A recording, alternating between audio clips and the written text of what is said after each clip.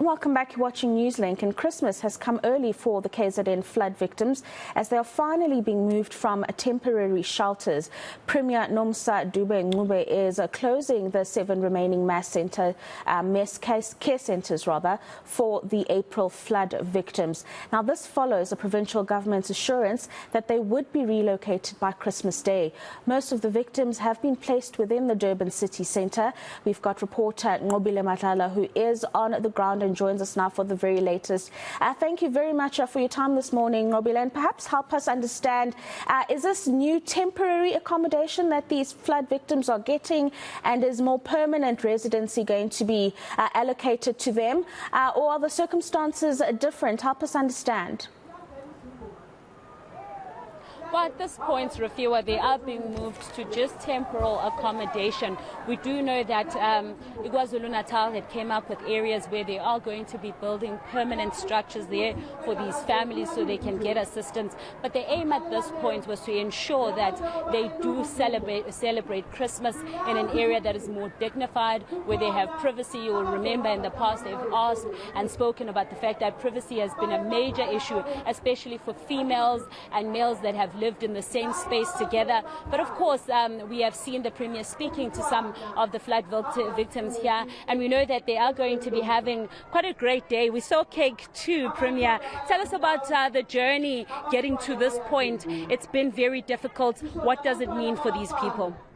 Well, indeed, it's been a very difficult journey for these communities of KwaZulu-Natal.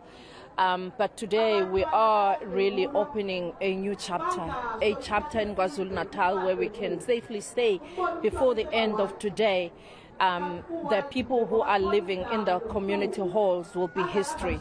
We will be talking about that as something that has happened, a very difficult thing that has happened in our lives.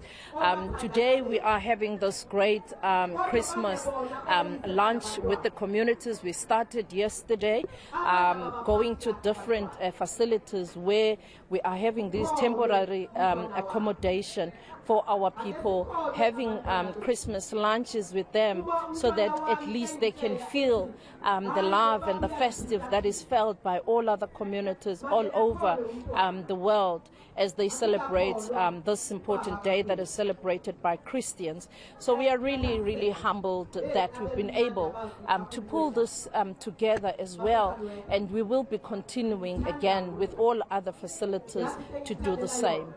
Premier, can you confirm that today then you have closed all mass care centres?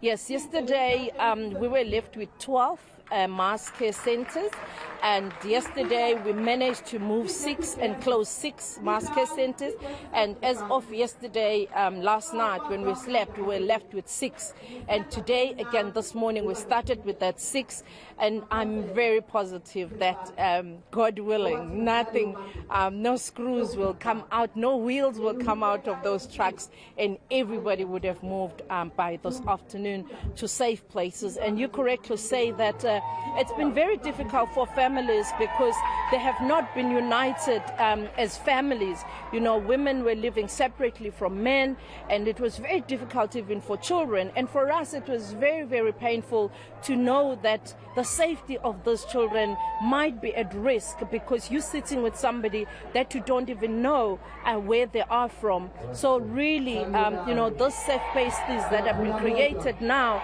are such a relief for us because we know that even those that will be moving to relatives going for Christmas, they are going to be able to lock their rooms and leave and come back in a safe space. When can we expect them to move to a more permanent structure? We're expecting that next year. Already the plans have started. All the shelters that we have were linked already to sites. So we do have sites already where permanent houses is going to be built. What is remaining now is the full plans. As you would know that when you're building houses, there's quite an elaborate plans that you need to put in place.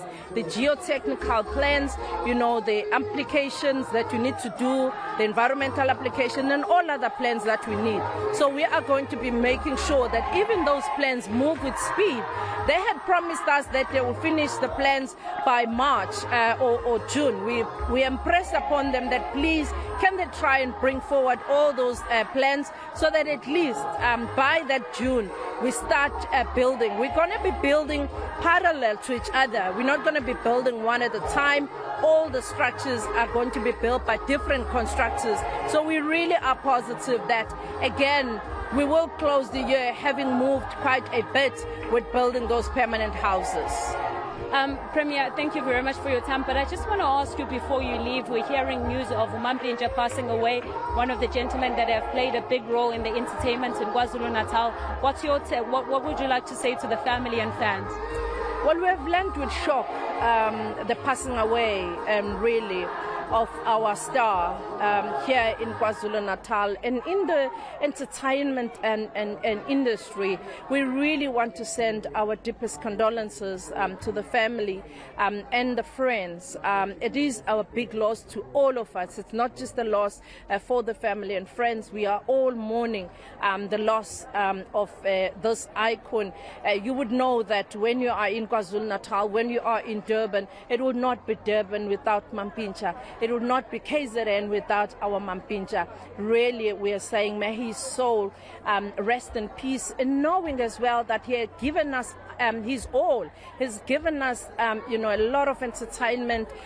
He's really excelled in his work, and we really wish that his family, rest in knowing that he has done a service to this country and to his community. Thank you very much, Premier, for speaking to us.